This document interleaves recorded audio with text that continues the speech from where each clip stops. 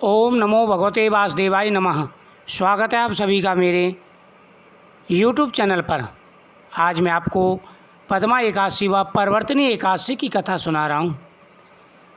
धर्मराज युधिष्ठिर कहने लगे कि हे भगवान, भाद्रपद शुक्ल एकादशी का क्या नाम है, इसकी विधि तथा इसका महत्व कृपा करके कहिए।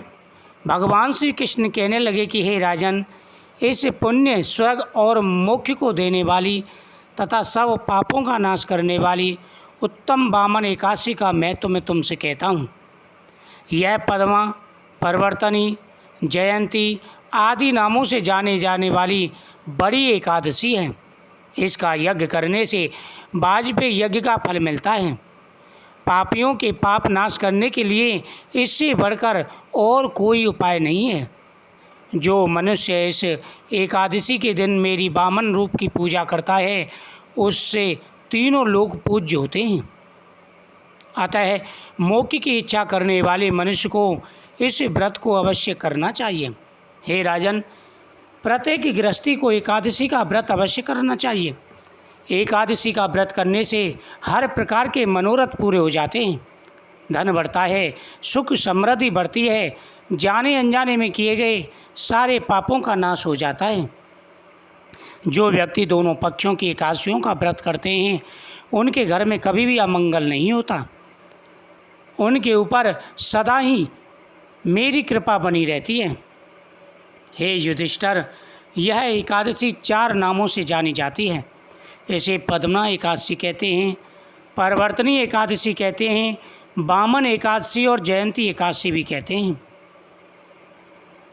जो व्यक्ति वामन रूप की पूजा करता है, उससे तीनों लोग पूज्य हो जाते हैं।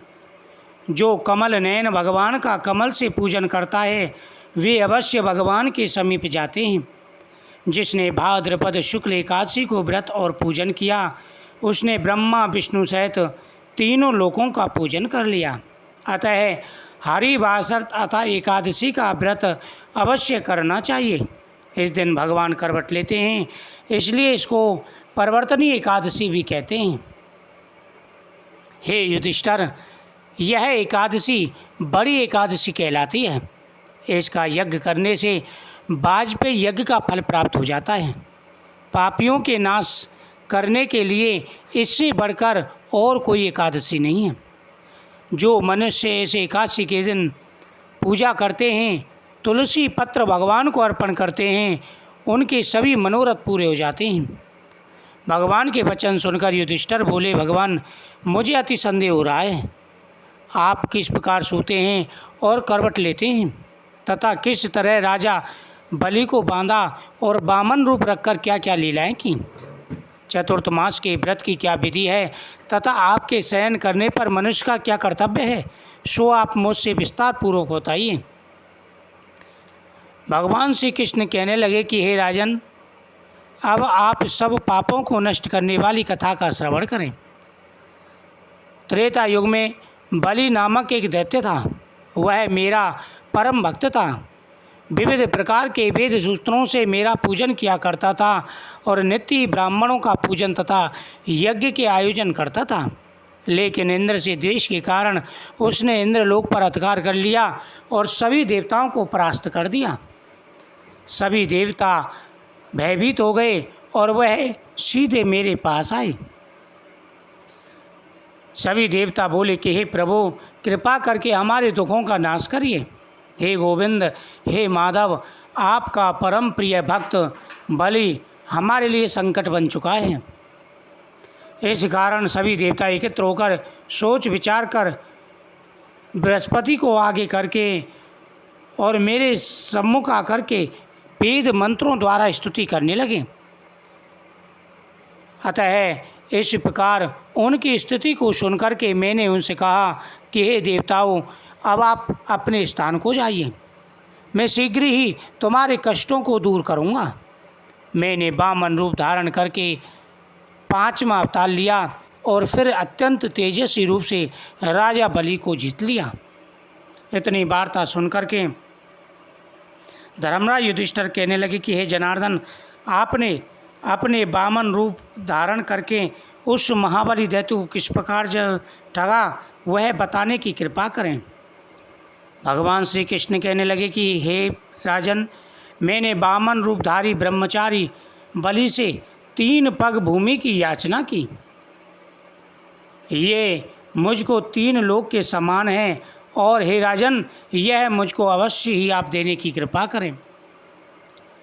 राजा बलि ने मुझसे कहा कि हे ब्राह्मण, आप ज़्यादा भूमि मांगिए, 3 पग से आपका क्या होगा। मैंने कहा नहीं राजन, मुझे सिर्फ 3 पग भूमि दें। मैंने 3 पग भूमि की याचना की। राजा बलि ने संकल्प किया और मैंने अपना विकराल रूप धारण कर लिया। सर्वलोक में कमर, महलोक में पेट, जनलोक में हृदय, यमलोक में कंठ की स्थापना कर सत्यलोक में उसके ऊपर मुख मस्तक स्थापित किया। सूर्य, चंद्रमा आदि सब ग्रह, गण, योग, नक्षत्र, इंद्रादि देवता और शेष आदि सब नागगणों ने विविध प्रकार से वेद सूत्रों के प्रार्थना की। तब मैंने राजा बलि का हाथ पकड़कर कहा कि हे राजन, एक पद से पृथ्वी, दूसरे से स्वर्गलोक नाप लिया, अब तीसरा पग मैं कहाँ रखूं। तब बलि ने अपना सिर झुका लिया। मैंने अपना पैर उसके मस्तक पर रख दिया, जिससे मेरा वह भक्त पाताल लोक को चला गया। फिर विनती और नम्रता को देखकर मैंने कहा, हे बलि, मैं सदैव तुम्हारे निकट ही रहूँगा। विरोचन पुत्र बलि ने से कहने पर भाद्रपद शुक्ल एकादशी के दिन बलि के आश्रम पर मेरी मूर्ति स्थापित हुई। हे राजन, जो व्यक्ति सच्चे मन से इस एकादशी का व्रत करते हैं, उनके सभी मनोरथ पूरे हो जाते हैं। इस प्रकार दूसरी क्षीर सागर में शेषनाग के पृष्ठ पर आरूढ़ हुई। हे राजन, इस एकादशी को भगवान शयन करते हुए करवट लेते हैं, इसलिए तीनों लोकों के स्वामी भगवान विष्णु का उस दिन पूजन करना चाहिए। तांबा, चांदी, चावल, दही का दान करना उचित है। रात्रि को जागरण अवश्य करना चाहिए। जो विधि पूर्वक इस एकादशी का व्रत करते हैं, वे सब पापों से मुक्त होकर स्वर्ग में जाकर चंद्रमा के समान प्रकाशित होते हैं और यश पाते हैं। जो पाप नाशक इस कथा को पढ़ते हैं, सुनते हैं, हजारों अश्वमेघ यज्ञ का फल उनको प्राप्त हो जाता है। हे राजन, इस एकादशी से बढ़कर के और कोई एकादशी नहीं है। इस व्रत से बढ़कर के कोई व्रत नहीं और भगवान विष्णु की पूजा के समान कोई पूजा नहीं। इसलिए प्रत्येक व्यक्ति को भगवान का पूजन करना चाहिए और एकादशी के व्रत नियमों का पालन करना चाहिए। जीवन में हर प्रकार का सुख और वैभव प्राप्त हो जाता है। जो व्यक्ति पूरी श्रद्धा के साथ में एकादशी का व्रत करते हैं, भगवान केशव उनके ऊपर सदा ही प्रसन्न रहते हैं। इस दिन भगवान को तुलसी पत्र अर्पण करना चाहिए। भगवान के सामने नैवेद्य अर्पण करना चाहिए।